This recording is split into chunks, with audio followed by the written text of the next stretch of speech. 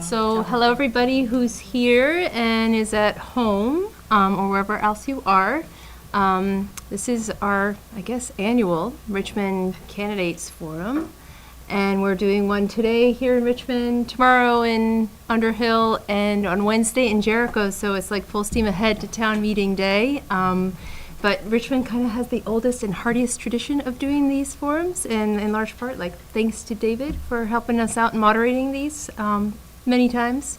So take it away, David, without further ado, and we will have lots of time for questions within an hour for people here and also at home, and we have been supplied a few questions in advance. So, David, take it away. Good evening. I'm David Sunshine, and I'm going to be the moderator.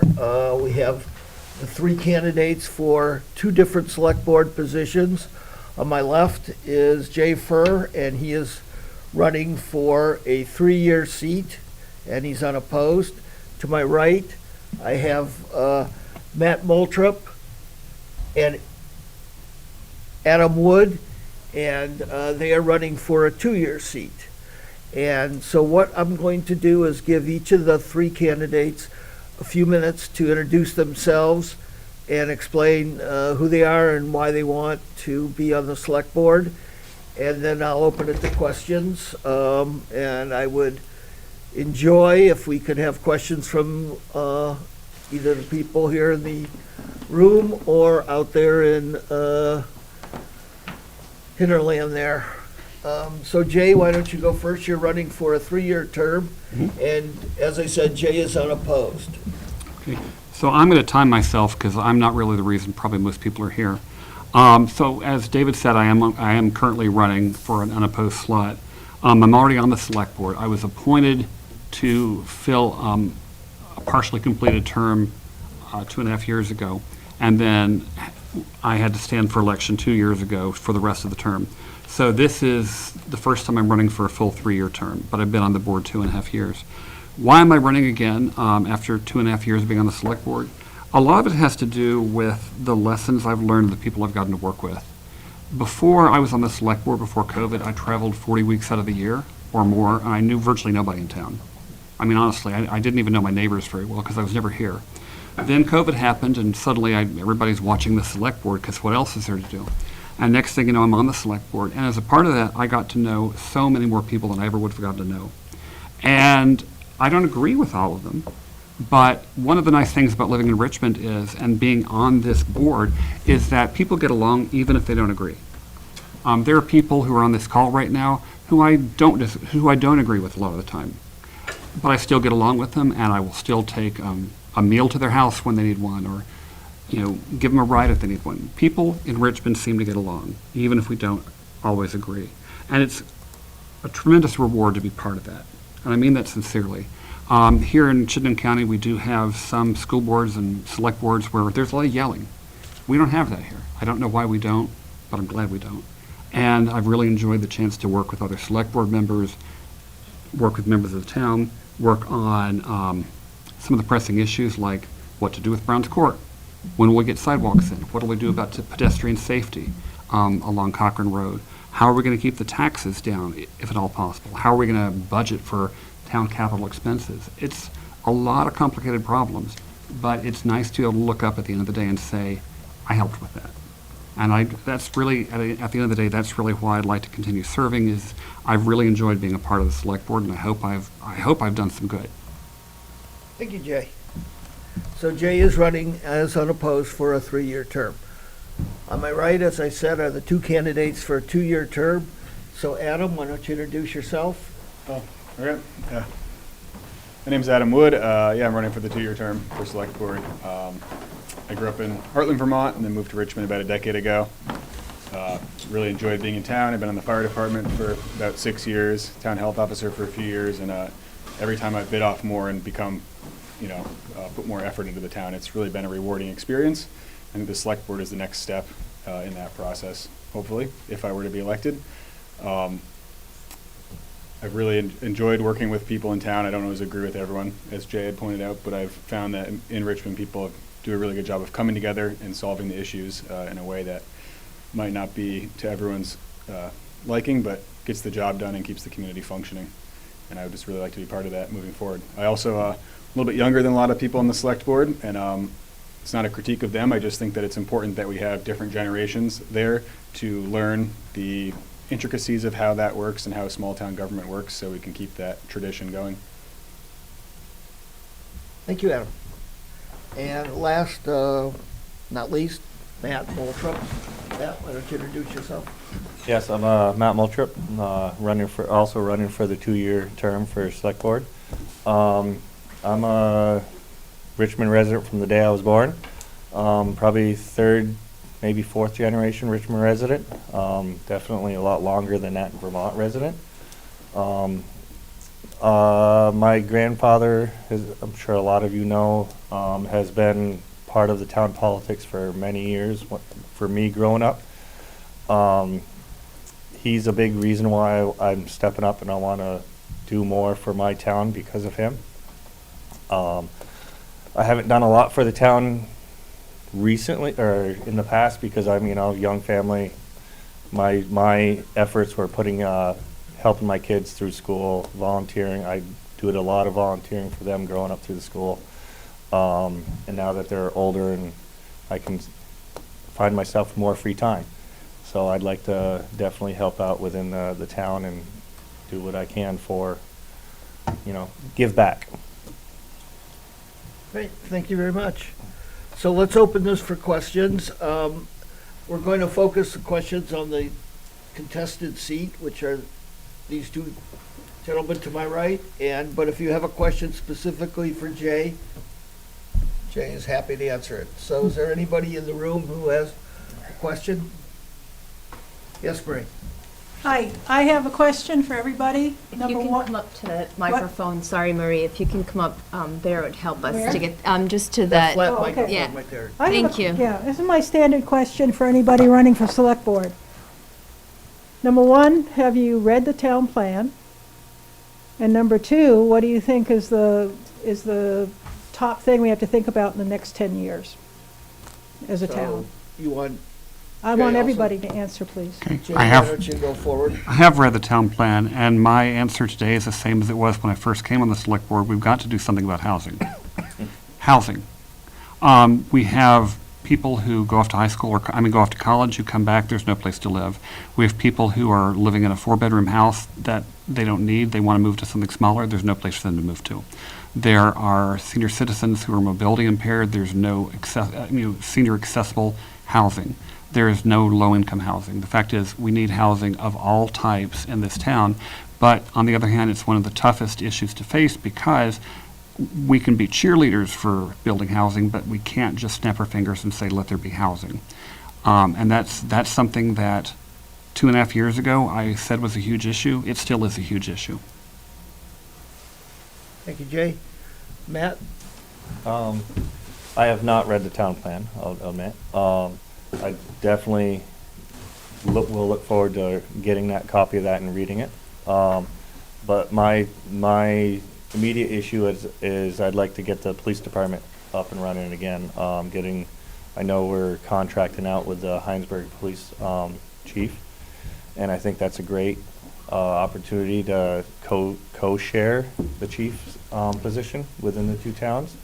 And what I've heard is he's a very good for Heinsberg, and I think he'd be very good for Richmond. So, and I'd love to sit down and talk with him and see what he has planned to recruit new officers for Richmond. But also, like Jay was saying, housing, but I think it's affordability within the town. It's not just housing.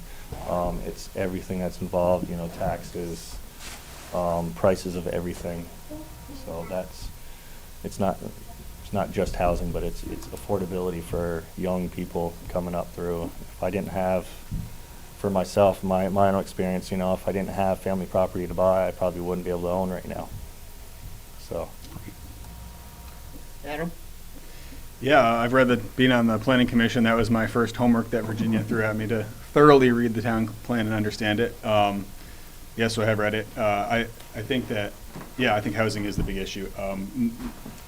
Specifically because housing is obviously an issue right now, and it's very we're seeing the symptoms of not having affordable housing. But more importantly, I think that having a broad spectrum of affordable housing all the way up to expensive housing and everything in between ensures that people of all different means can live in our town, gives us a vibrant community, and will give us the people and the involvement we need going forward to solve all the other issues that will come up.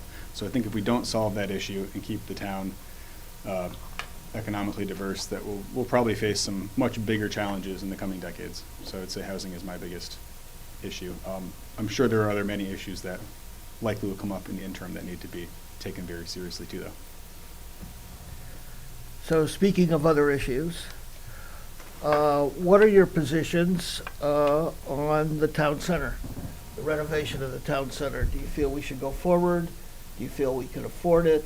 Adam, why don't you?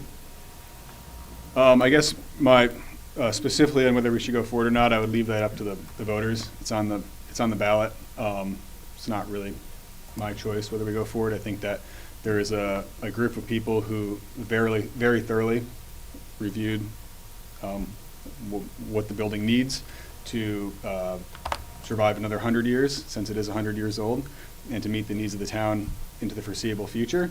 It's an alarming number. It's a lot of money, but I look at it more as an investment in the next century, and I'm sure that when this building was built originally, that was a large investment for the community too, and a tough choice, and we've had the benefit of that for the last century, and so we can provide that legacy going forward for the town. I guess if I were to be elected, my goal would be to secure other means of funding. There's grants, federal funding, and then also value engineering stuff that we can do to ensure that the project comes in on budget or that we get the most bang for our buck. So I think that would be really what I would focus on. But as far as whether we should actually do it, I think that's up to the voters. Matt? I'd have to agree with Adam on that. A lot of people have gone through, done a lot of work already, and it's at the voters' discretion at this point. I will fight for how that vote comes out either way. Support it 100% to what the town has chosen to do with the town plan. I have sat through one of their information meetings a few weeks ago, and it's an old building. It needs a lot of work, and very little maintenance has happened prior to this, and it shows. But it does need some renovations, and things are only going to get more expensive as time moves on. So yeah, it's up to the town voters at this moment to tell us which direction we want to head. Jay, you want to? Sure. Briefly, I'm aware of the sticker shock a lot of people are having about the project. You know, when you're already concerned about the affordability, and Matt, you make a very good point, housing is not the only affordability issue. There's a lot of things about this town that are more expensive than we'd like. It is a big sticker shock issue. The price tag has been one of the reasons why, for example, we decided not to move forward with water and sewer along West Main, because it was going to be $10,000 plus per year for homeowners there, and we can't do that. People can't afford it. On the other hand, this building has had deferred maintenance be put off for so long that we're in a position of, we've got in the year 2023 a World War I era building that is literally falling apart around us.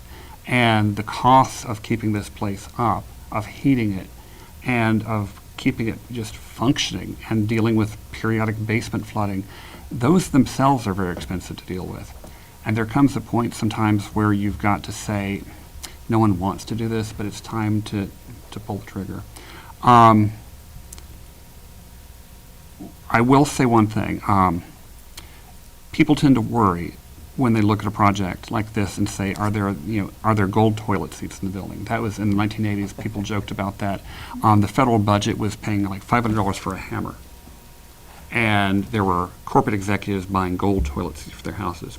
Having looked over the plans, there are no gold toilet seats as it were in those plans.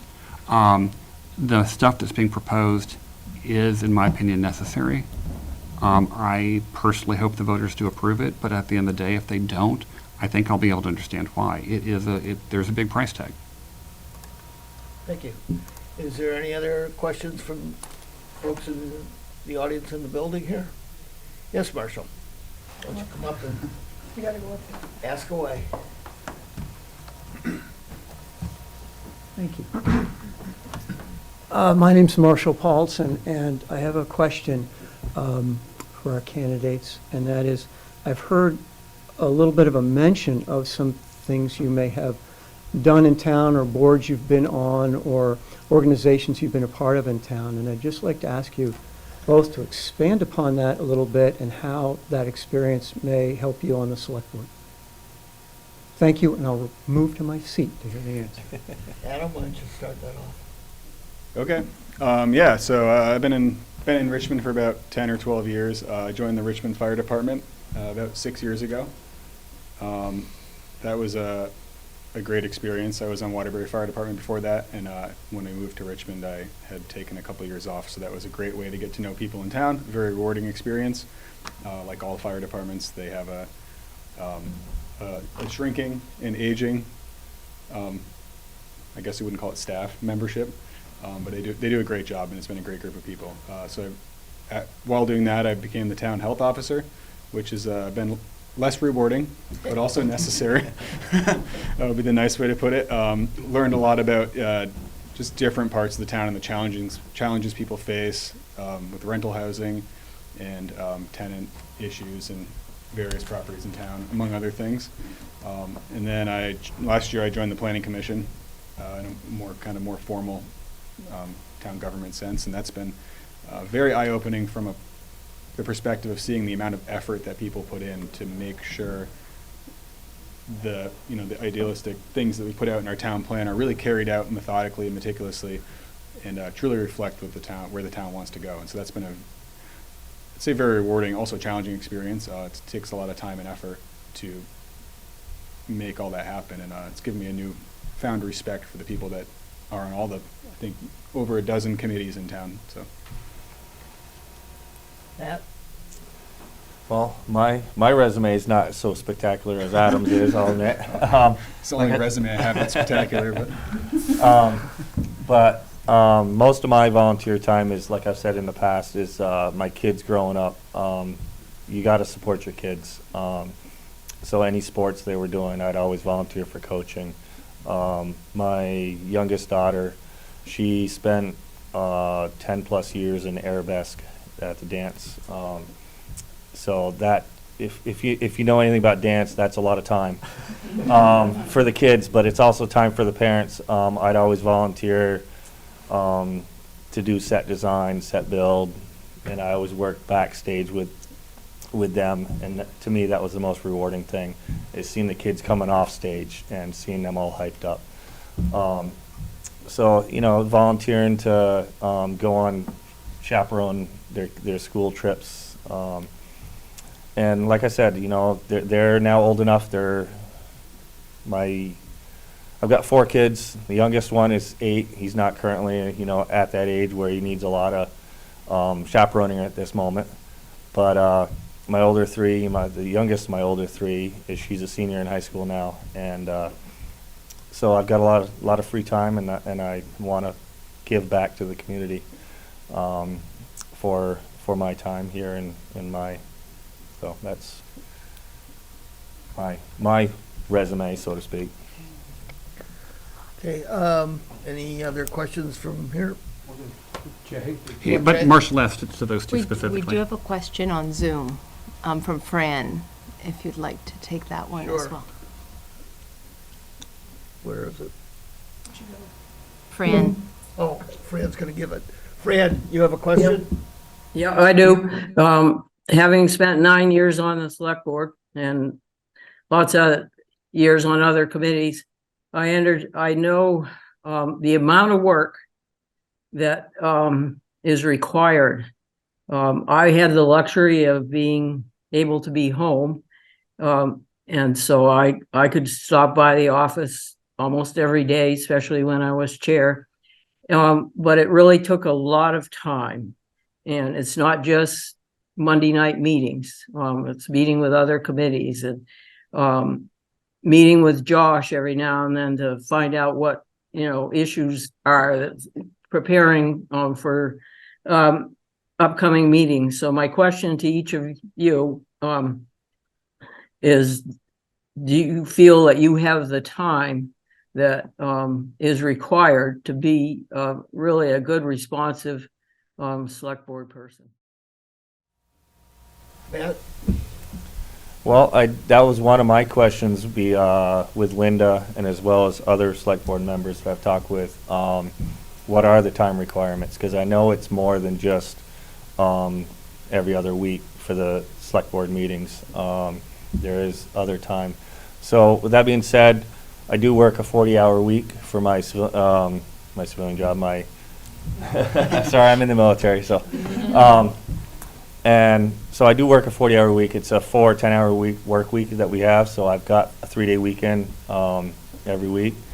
Weeknights for me when I'm working are tight. Like tonight, I came straight here from the job site. So, and if that has to happen, that has to happen. I'm willing to put in the time and the effort and the research to for whatever topics that are pertinent for that next meeting, or it doesn't have to be a select board meeting, it could be whatever board we need to sit on and learn. Hopefully that answers your question, Fran. Adam?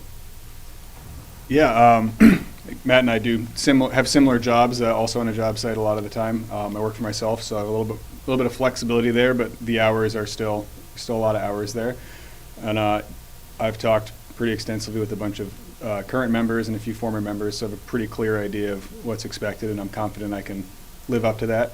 And I guess I would say, I think, Matt and I are in a similar boat. Maybe my kids are a little younger than his, but I think it's important that someone that's really kind of in a time crunch like that still has the opportunity to be in the select board, because there's a lot of people like that in town. And so I think that being able to do it successfully, which I'm confident I can do, would be a good way to show that you can have 2 kids and work for yourself and still make time to do the job and do the job well and effectively. Obviously, that said, I won't be walking around town soliciting advice every morning, but I'm confident I can meet people in town and fulfill all the commitments. Jay, do you have any I thoughts on that? I do, and I'm grateful to both of you for being willing to make that time commitment.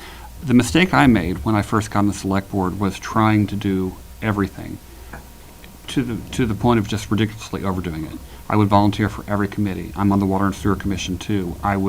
If we had 500 pages of stuff to read for the select board meeting, I would read every page. And I don't have kids, and my wife is out at rehearsal for one musical group or another 3 nights a week, so at least I have that going for me.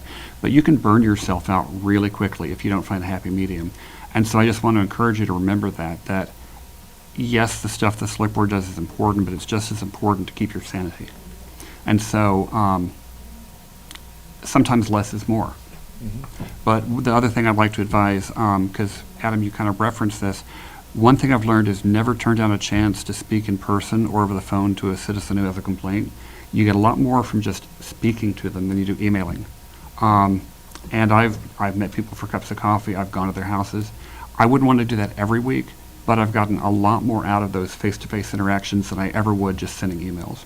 So that's what works for me, and I'm sure either one of you, whichever you get elected, you'll find your own way. Just don't try to do too much all at once.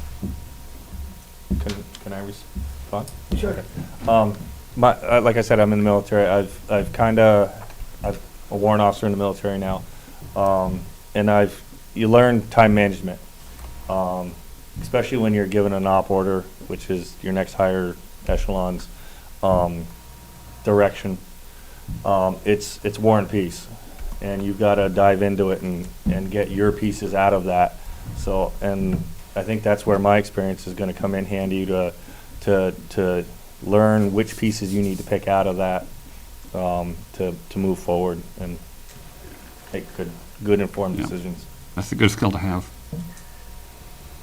And next question, either out in video land or here in the room. Can I ask another one? Sure.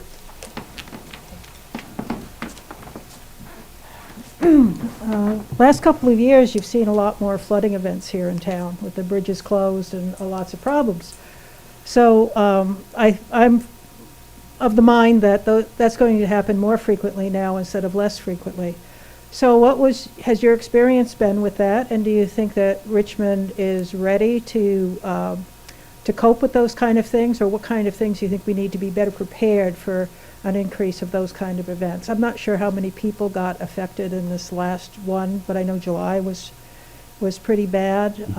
And December too, did you have a December We did. flood? Yeah, it didn't wreck the roads like July did, but Yeah. there was a lot of people affected. Yeah, so what do you think Richmond needs to do to be prepared for that? And what role would the select board have in doing that? Encouraging, if we need more volunteer groups, or what kind of thing we might need to do to be more resilient? Adam, your thoughts on that? Yeah, so I agree that flooding is going to become more common. We've had 3 serious floods this summer alone. That's a lot, and I think statistically it's going to be more common. That said, I think Richmond, we obviously have a large part of our town that is in the floodplain, but a lot of that we've been able to mitigate a lot of the real life-threatening issues. However, there are a lot of structures that are going to keep getting flooded, and there's a lot of federal and state programs to work on that, but they're going to need town support to make those communities sustainable long-term. I think one of the big pieces is the town center. It's our town's biggest asset that's in the floodplain, and part of the project, the bond vote, would be to, maybe not flood-proof, but to meet the FEMA requirements so that the structure could flood and the water would go away and there would be no long-term damage. So I think that's important in carrying that lesson over into the rest of the town. I also think that volunteer groups would be really helpful. I was over pumping up basements in July. Got a lot of flood water in my face. Not a great experience, but it was great to work with the people and help everyone out. I think that if we could channel that same community energy into mitigating the flooding before it happens, I think that the people that live in the floodplain would probably appreciate that quite a bit. Matt? Well, I know Richmond is a great community. Everyone kind of sticks together and helps each other out. And this past year's flooding has been a great example of that.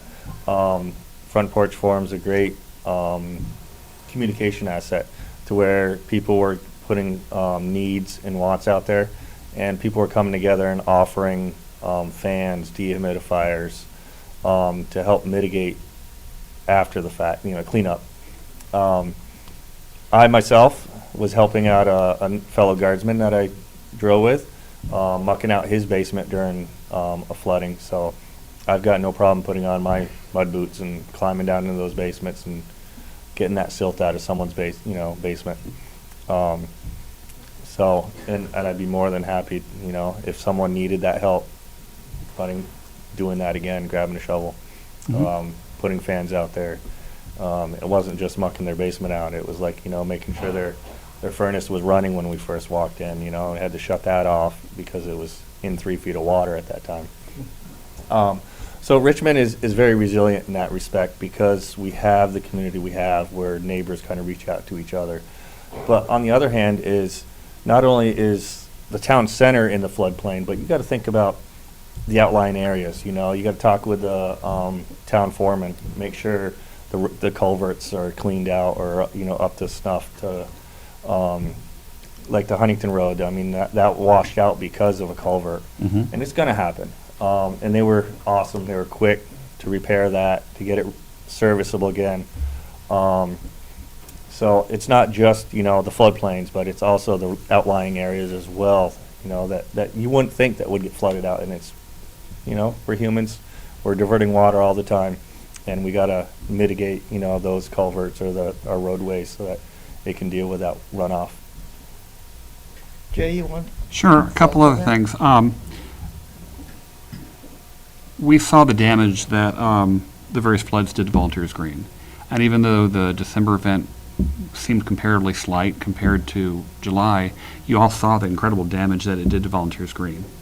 And talking with the Parks Committee, and with our Highway Chairman, Department Foreman, Pete Gosselin, there comes a point where we have to say enough and find a way to not have to keep repairing the playground after it's wrecked for the 3rd time of the year.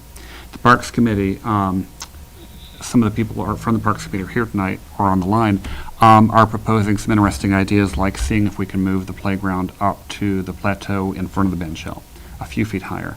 I don't know if that's going to come out, because it may still be into the floodplain. But we've got to start looking at we've got to look outside the box.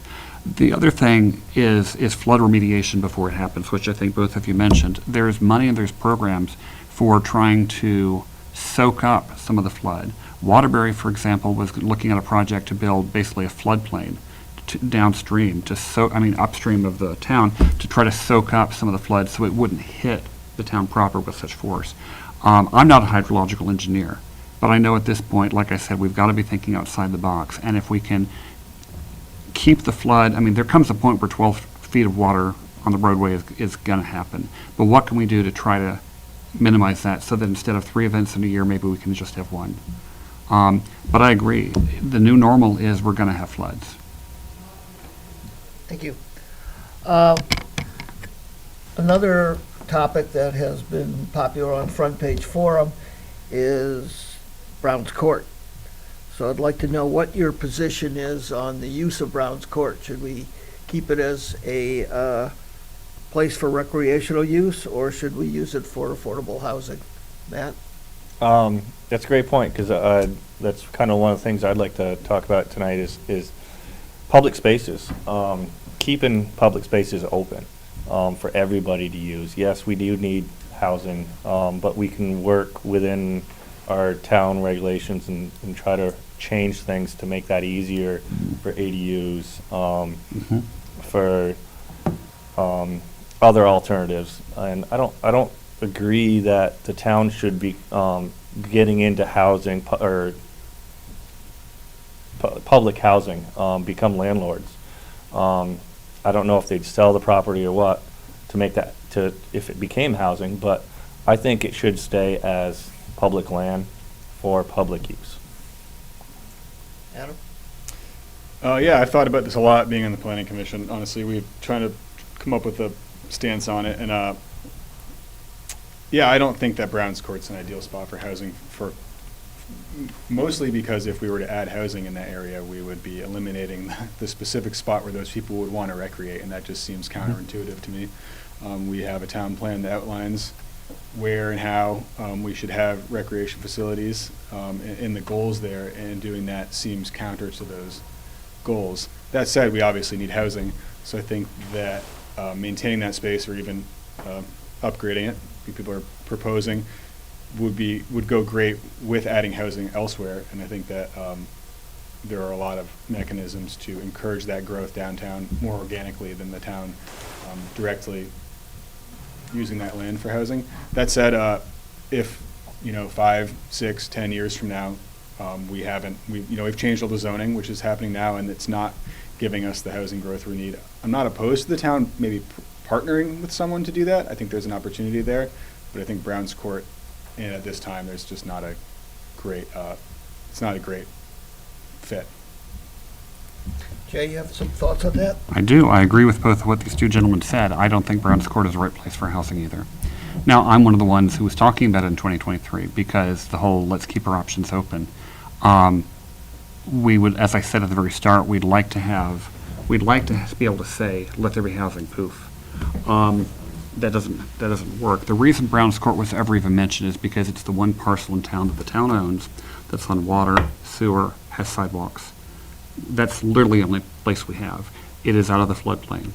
But on the other hand, if we keep the softball field, the amount of room left for housing, it looks like at most we'd be able to get 24 relatively small units. We're talking like 500 square foot studios. You can't have a family in a 500 square foot studio. I don't think that the housing that we could potentially put up there would make an appreciable dent. It's housing in name only at that point, because it's just not enough to make a difference. On the other hand, the ARPA survey that we did, the American Rescue Projects, the ARPA Act, besides pedestrian, bicyclist, and just road safety, the other really big point of interest that town voters said on that survey was more recreation. you just heard me say we can't put anything in Volunteers Green. I mean, we can't. We couldn't even build the softball fields there now if we were building them now, because they'd be new structures. The only place that the town can improve recreation to any great extent is on Volunteers Green. I mean, is on Browns Court. No one wants to get rid of the softball field. I think we can make it better.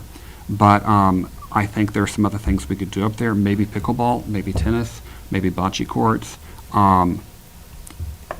There's various things we can do up there. We've asked the Parks Committee to develop some plans for that, and they put a ton of work into it. And I'm personally very impressed by the plans.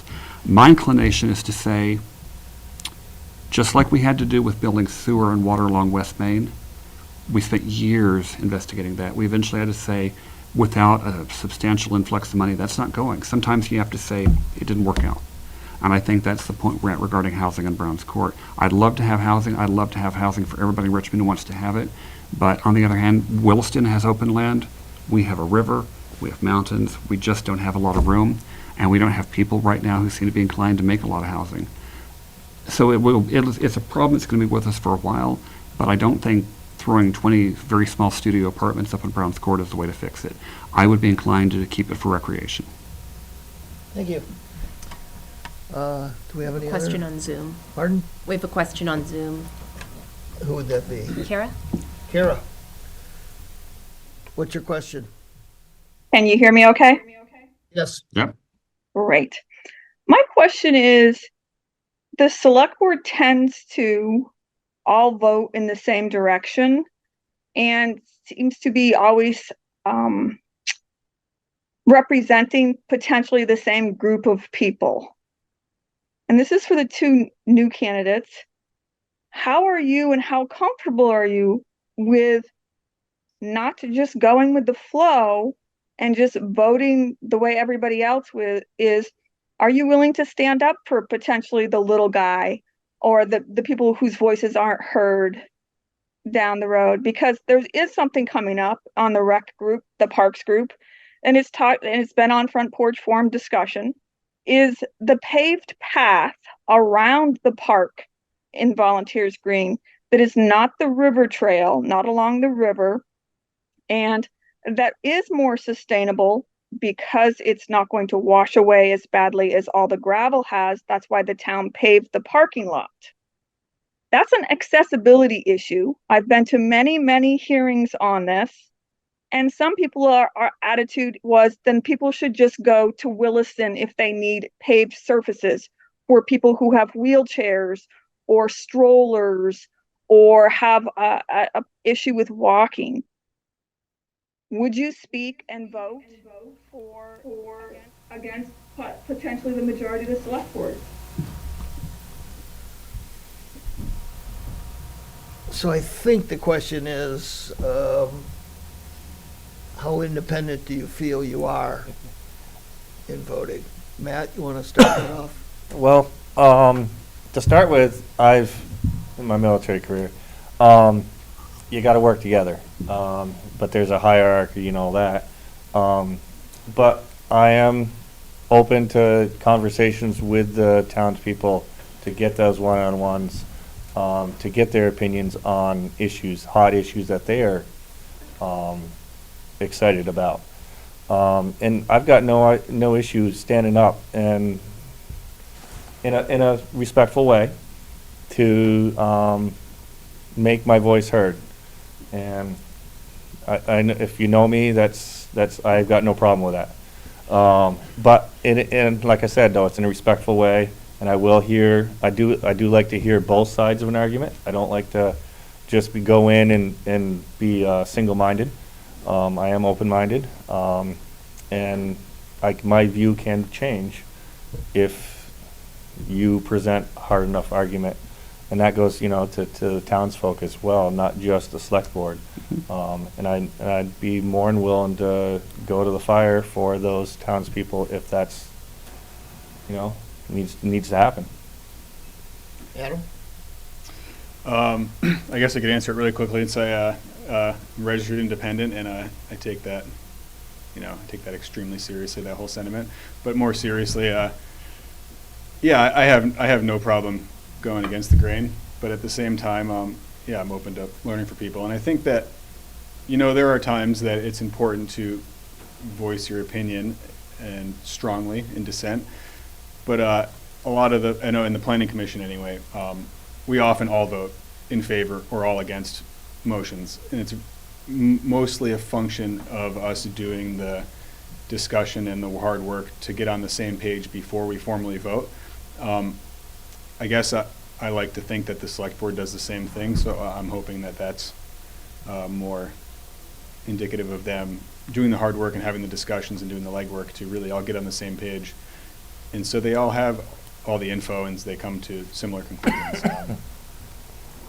But if we did all that and I really believe something was not in the best interest of the town, then I would have no problem standing up against it. Okay. Another issue that we constantly hear about and see is the police.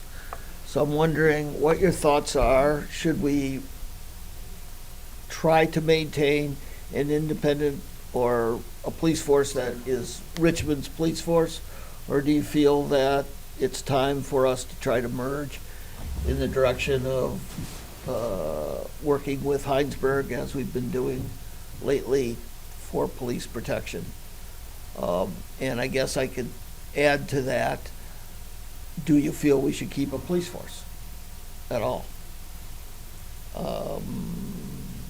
Matt, why don't you start that? Well, I've hinted at this at the beginning. I definitely think Richmond should have a police force. We're going to be, I hate to say it, but I think we're going to be the next Williston 30, 40 years down the road.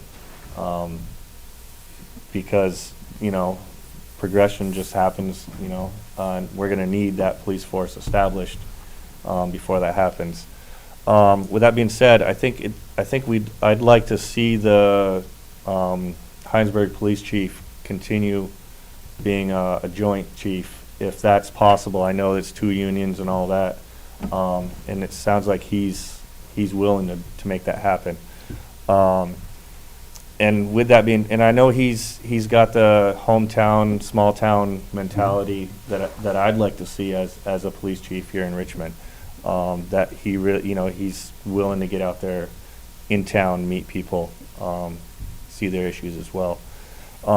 So, and that'd be a huge cost savings for both towns, not just Richmond, for having a joint chief. But that being said, I don't think we can sustainably have one police force between the 2 towns.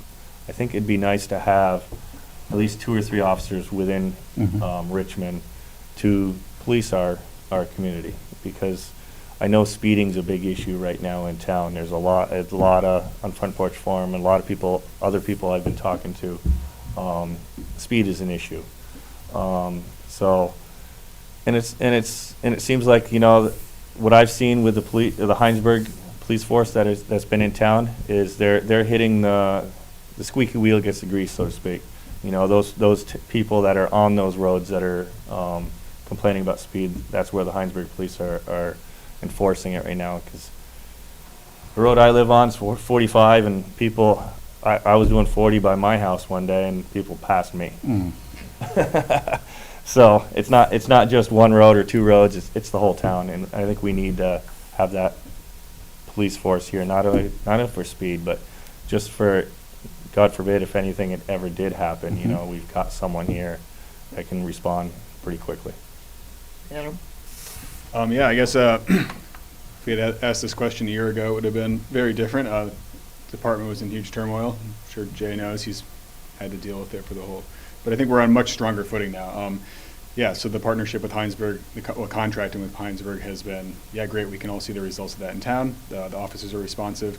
The limited interactions I've had with Chief Cambridge, he wholeheartedly believes in true community policing, really lives by that, and he lives in our town, and he has a vested interest in making sure that works in town. So I think that we are extremely lucky to have someone like that we can hopefully put in a position to lead a police force in Richmond, whether that's a combined department or 2 separate departments, or however it's structured.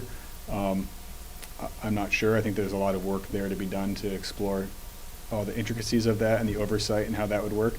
But I do think that there's the ability to spread out officers between the 2 towns so that we can have 24-hour coverage without having to staff to such a high level in Richmond that it was financially unsustainable. But yeah, I do think we should maintain a police department. I think we've been given a pretty unique opportunity to do that with an existing community member who is highly qualified and really cares. So if I was elected, I would try to keep that momentum going, because I think we're on a pretty strong path and we have some very good options. Jay, having Inside knowledge. having been dealt with this for the last 2 years, Mhm. as a current select board member, what's your thoughts? Well, my thoughts are I'm cautiously optimistic that within a year, we're going to have a fully staffed Richmond Police Department.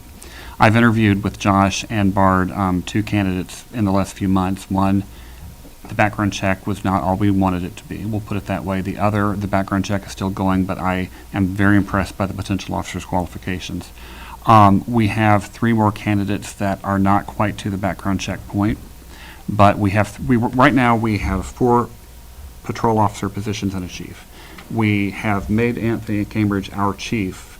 He's not acting chief. We've actually made him the chief. We have 1 officer who's on military deployment, and that means we have 3 more positions. So we are potentially going to be able to fill all 3 of those, knock on wood. As for the question of a formal joint department, that's a very common model in other states. It has not been done here. But right now, what the Heinsberg Select Board and our Select Board seem more inclined to do is maintain a contractual arrangement where each other's departments will back up the other. So that we might have 2 patrolling 1 shift in Heinsberg, 1 patrolling over here, but the next shift might be 2 patrolling over here, 1 in Heinsberg. So a contract of mutual support without going all the way, and maybe sharing a chief, but without going all the way to set up a new governmental structure. I have been very pleased with Chief Cambridge's recruitment abilities. He has a lot of networking, and he knows a lot of people out there he thinks would be good officers. And that's a large part of the reason why I am optimistic about having a fully staffed department. I'm acutely aware of the speeding problem, and I know there are other problems besides speeding, but as somebody who does a lot of pedestrian walking in this town and has to jump off the road because people are going 80 miles an hour on Cochrane Road, my heart just fills with joy every time I see one of those guys being pulled over.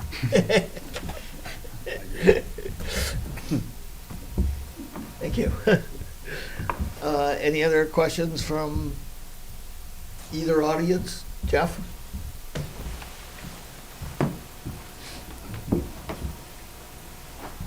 Well, first I want to, my name is Jeff Forward. First I want to thank you for stepping up to do this. I know from experience it's a lot of work, but it is, as Jay says, it is rewarding. You really get to know your community much more deeply in this position. An issue that hasn't been discussed tonight and has actually been quite controversial in town over the past year or 2 is the Andrews Community Forest.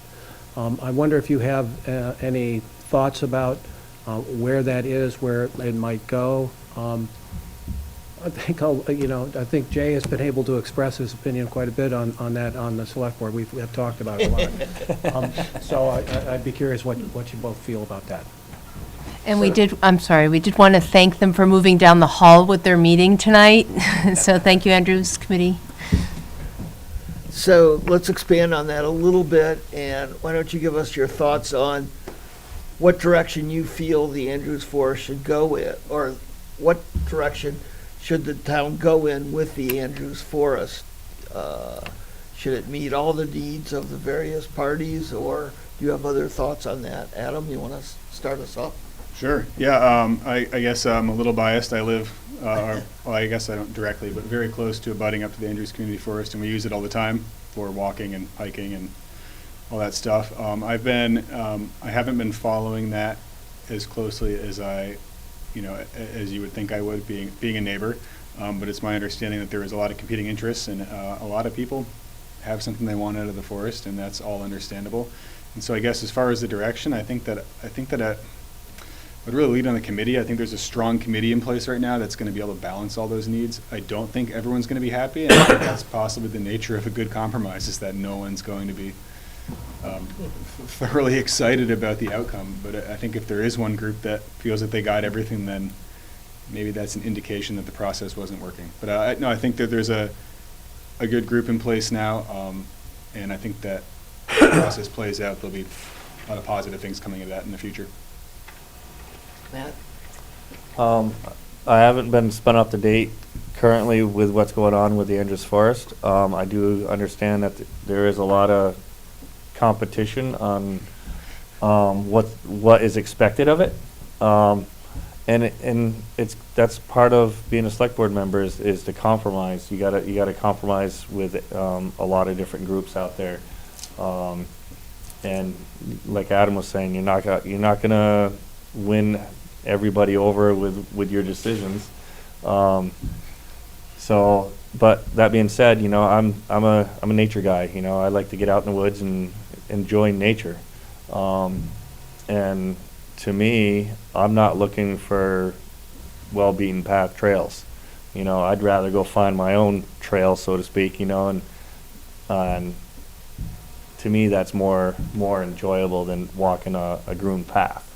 I will take trips up, Camel's Humper once in a while, but to me, that's not very enjoyable because it's, a path. Mm-hmm.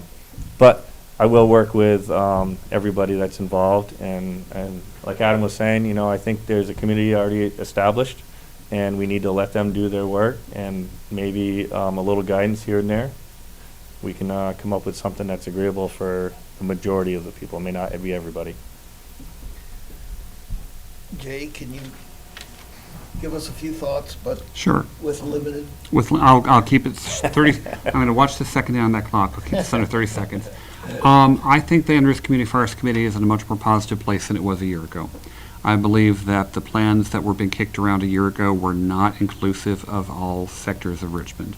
It's not just a matter of balancing ecology versus recreational use, because I believe those are compatible uses. It was that there was a strong emphasis on one particular recreational use, almost to the exclusion of others, or at least it seemed that way.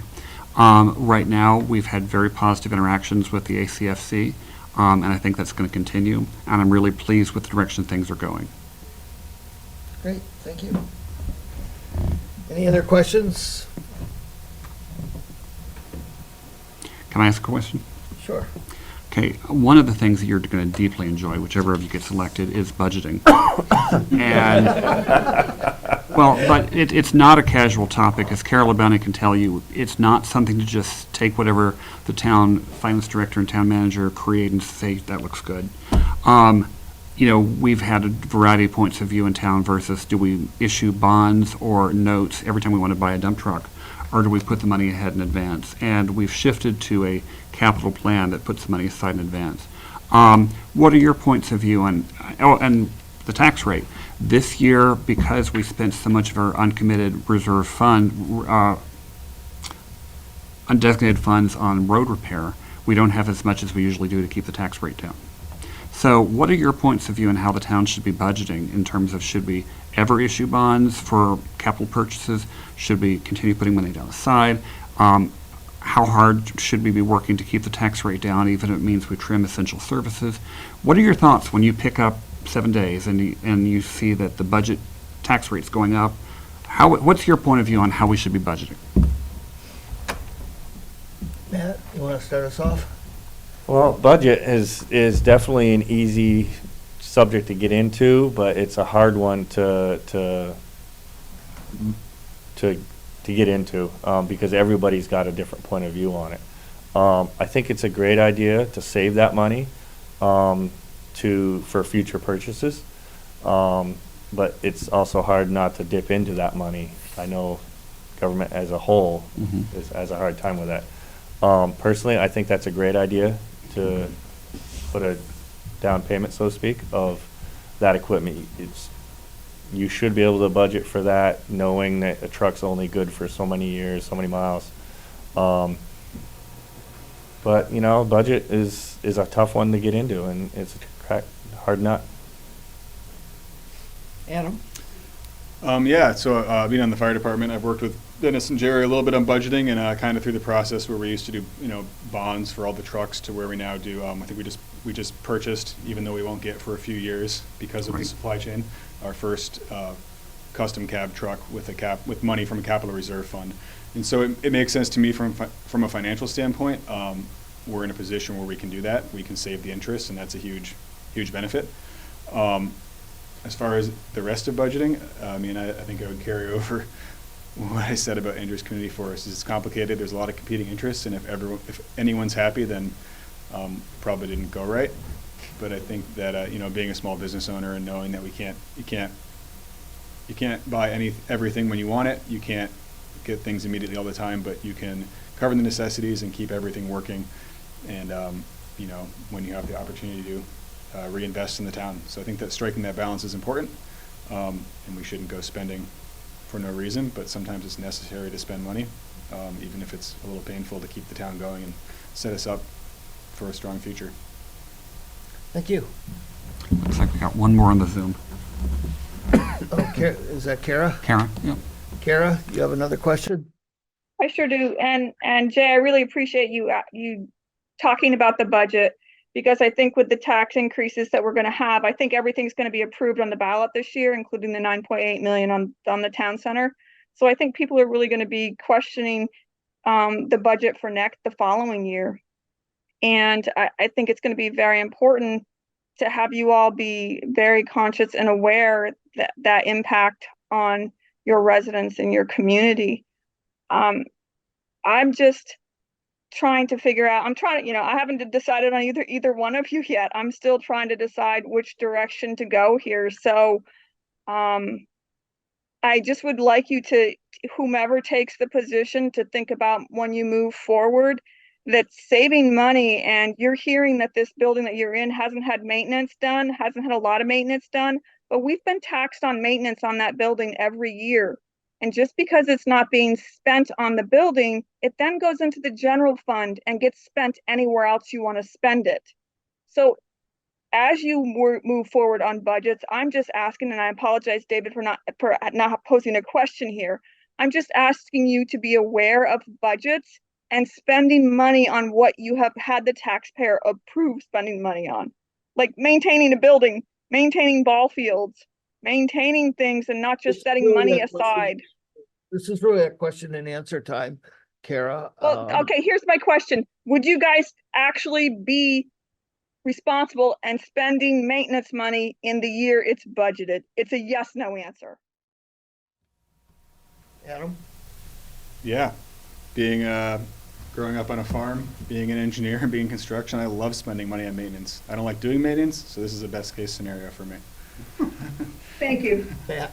It's a definite yes. For me, that maintenance needs to happen to keep the budget down in the next years, so you're not having this deferred maintenance that we're having now at the town center. And I'd already, at the meeting that I was at for the town center, that was one of the questions I had is where's the maintenance? And then they said it hasn't been happening. And I says, well, is there a plan moving forward for that maintenance? And I suggested maybe having a hired town employee for maintenance, not just the town center, but all the town buildings. So that could be something we can move forward with, so we can save money down the road for all the buildings, not just the town center. We stick them on the fire Thank you, and I department. apologize for not being a prepared question, but great answers. Thank you. So as time runs down, let's conclude with a question for both of you, and maybe Jay would like to also. What two things would you like to see accomplished in the next couple of years, or let's say during your term, that are really important to you and would be benefit for the town? Matt? Well, number one is getting the police force back, staffed, up and running. I think we're moving in a positive direction there. And I'd love to see that staffed again, fully. Secondly, I think it's everybody's on, affordability within the town. It's not just housing, it's everything, the budgeting, trying to trim not everything, but trim things down here and there where we can to try to lower that tax burden for everyone. Because this year we're really we've got a lot on our plate for town meeting to vote on and then we also got the school budget's coming up. That's been deferred, but we're going to see a tax increase there as well. So it's not just housing, but affordability as a whole. Adam? Yeah, I guess if I had to pick two things along the lines of affordability, kind of looking down the line, I think that, you know, a decade from now, I would like to see us have a comprehensive plan that we're actually executing to harden our infrastructure to flooding and all that stuff. I mean, I think that's the big financial exposure that we really don't have any control over right now, but we do have the opportunity to mitigate the costs. So I know Jay was talking about, normally we have money left over, and we spent it all on road maintenance this year. I don't think that's a one-off. So I think that would be a really big asset to the town to have a plan in place that we're executing to manage that. And the other one would be affordability and more specifically a broad spectrum of housing options in town. I think we're working on that right now. That hand's being forced a little bit by Act 47, and the state has kind of encouraged towns to do that. But I think Richmond's being very proactive in getting ahead of that. That said, we have a long ways to go to keep Richmond from changing, because we're not changing. Jay? I'll be brief. In addition to housing, which is going to be a problem we're always going to face, I want to see a fully staffed police department that's in good shape, that continues to work well with Heinsberg, because people deserve a fully functioning police department. 2, I want to continue to work with the Chittenden County Regional Planning Commission to get speeds down and to get our roads safer, especially in residential streets. The situation we've currently got is just not tenable. Great. Well, thank you very much. I think we've had a good exposure of these two candidates. You can pick what you want, but I would urge you to vote and to come to town meeting. And Yeah, I was just gonna jump in and say thanks to the participants, and thank you for David, and for the audience, both here and at home. And we will be recording and making this available. And we just really value at MMCTV the opportunity to have an actual conversation instead of just tossing opinions kind of electronically at each other, which we all know that doesn't do a lot of good.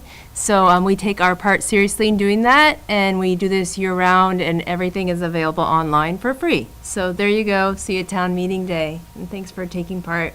thank you, everyone. Thank you. Thank you, guys.